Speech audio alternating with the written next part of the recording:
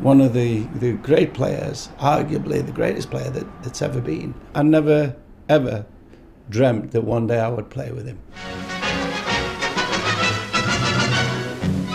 We played against Scotland and we beat them 4-0. Tom Finney went past Alec Parker and chipped the ball back, and I didn't even have to break into a stride. And it just came to me about 2 feet off, and I smashed it, and it flew into the top corner. And Bobby Charlton runs in for a magnificent goal. I just couldn't believe that I'd scored a goal like that, and Tommy Finney had helped me. I mean, Tommy Finney.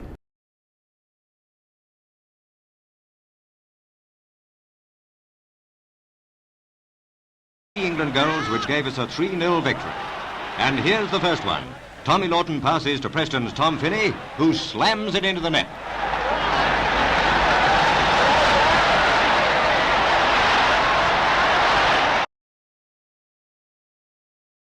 Mannion's pass to Finney, and the Preston Plumbers' goal settles the English triumph beyond all doubt.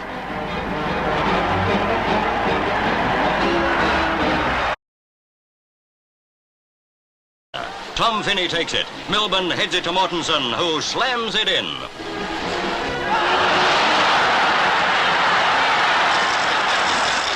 And now England are away. From a slide rule Finney pass, Jack Milburn makes it 2-0.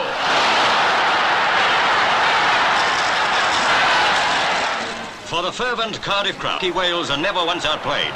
Their wing halves are brilliant, with Roy Paul, number 4, giving an off-colour Shackleton little room impossible. The only man who builds up his reputation is Jackie Milburn. From a Finney cross, the Newcastle man heads home number 4.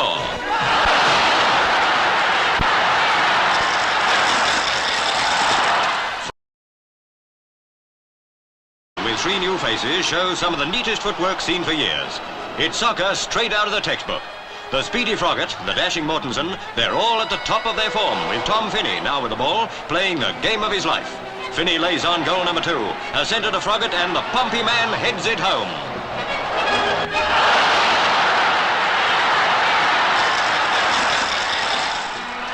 Hard as they try. For our man of the match, we pick Tom Finney, number 7. It's from his pass that Stan Mortensen scores number 6. For our sympathy, we pick Hugh Kelly, the hard-worked Irish goalie. Tom Finney, taking over Stan Matthews' mantle, delights the crowd with his bag of tricks. It's from his centre that Pearson scores number 9. It's England's finest display since the war. Though Ireland get 2 consolation goals, here's Brennan with number 2. On to Mortensen and into the net.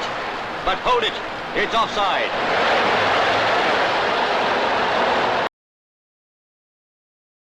That master touch, the brand of football that's invincible. Tom Finney, the plumber from Preston, is the driving force in this inspired forward line. He and that electric eel, Stan Mortensen, paved the way for the equaliser, brilliantly slammed in by Jimmy Mullen.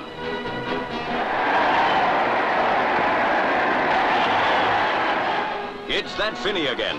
This time he links up with Roy Bentley to give Mortensen a chance. But it sails well over. But from a Finney free kick, Mortensen makes sure this time.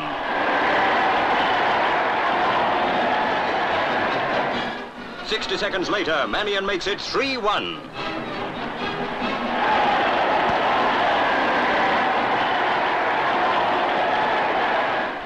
One more to come, and man of the match Finney is again the goal maker. Finney to Mullen, on to Bentley, and it's there.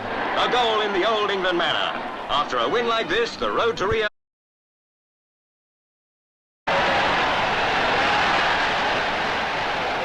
Elliott passes to Finney in the centre, he shoots, and England are 1 up after only 10 minutes play.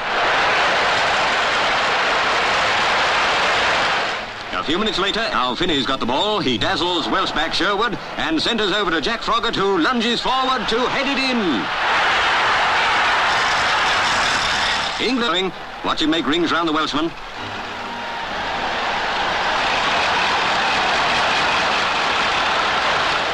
Finney passes to Roy Bentley, who in turn sends it into the centre. Goalie short just clears, and Daniels is there to get it away out of trouble.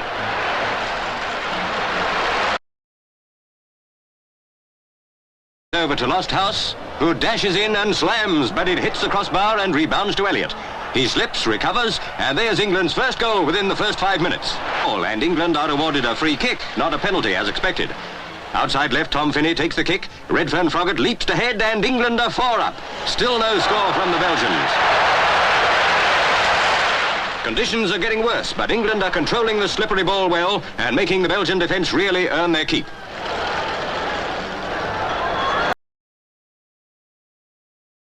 It started the brighter, with Tom Finney showing his usual tricks down the right.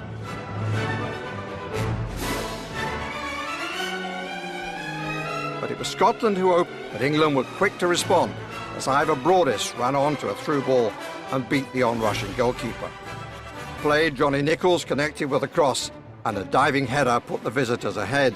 And after good work down the right, Jimmy Mullen secured the victory and qualification for the World Cup. England took the lead as Nat Lofthouse stooped low to head home a cross from the left. Perry passes to Dennis Wilshaw, who kicks across the Irish goal to Tom Finney. Finney heads it, but goalie Uppritchard manages to save. England 1, Ireland 0. And within a couple of minutes, Finney passes across the Irish goal to left winger Bill Perry, and Perry gets it to Wilshaw again. And another. But it goes to inside right Johnny Haynes, who passes out to Finney, and that was nearly number 3. Finney again, outwitting Graham for another try, which comes off. England 3, Ireland 0. Perhaps we'll beat those Spaniards after all. And to worry as Tom Finney passes to Stanley Matthews, who centres. Johnny Haynes shoots and Bearer saves beautifully. But the Jimmy sends a long pass upfield. Tom Finney races through. He beats his man. The ball slips past Brooks and Tasic, and it's banged home by substitute Tommy Taylor. Which brings yet another goal from Tommy Taylor, clinching England's 8th consecutive Wembley victory.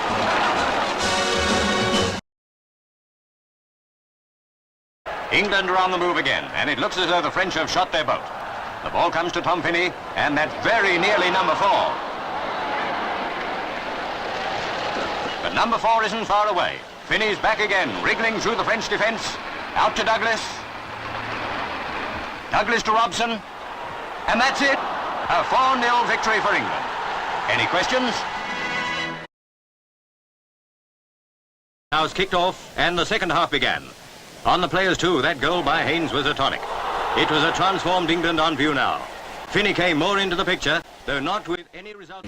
Is he the kind of player that would have made it in any era? Yes.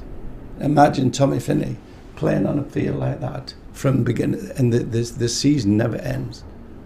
Right? Just magic.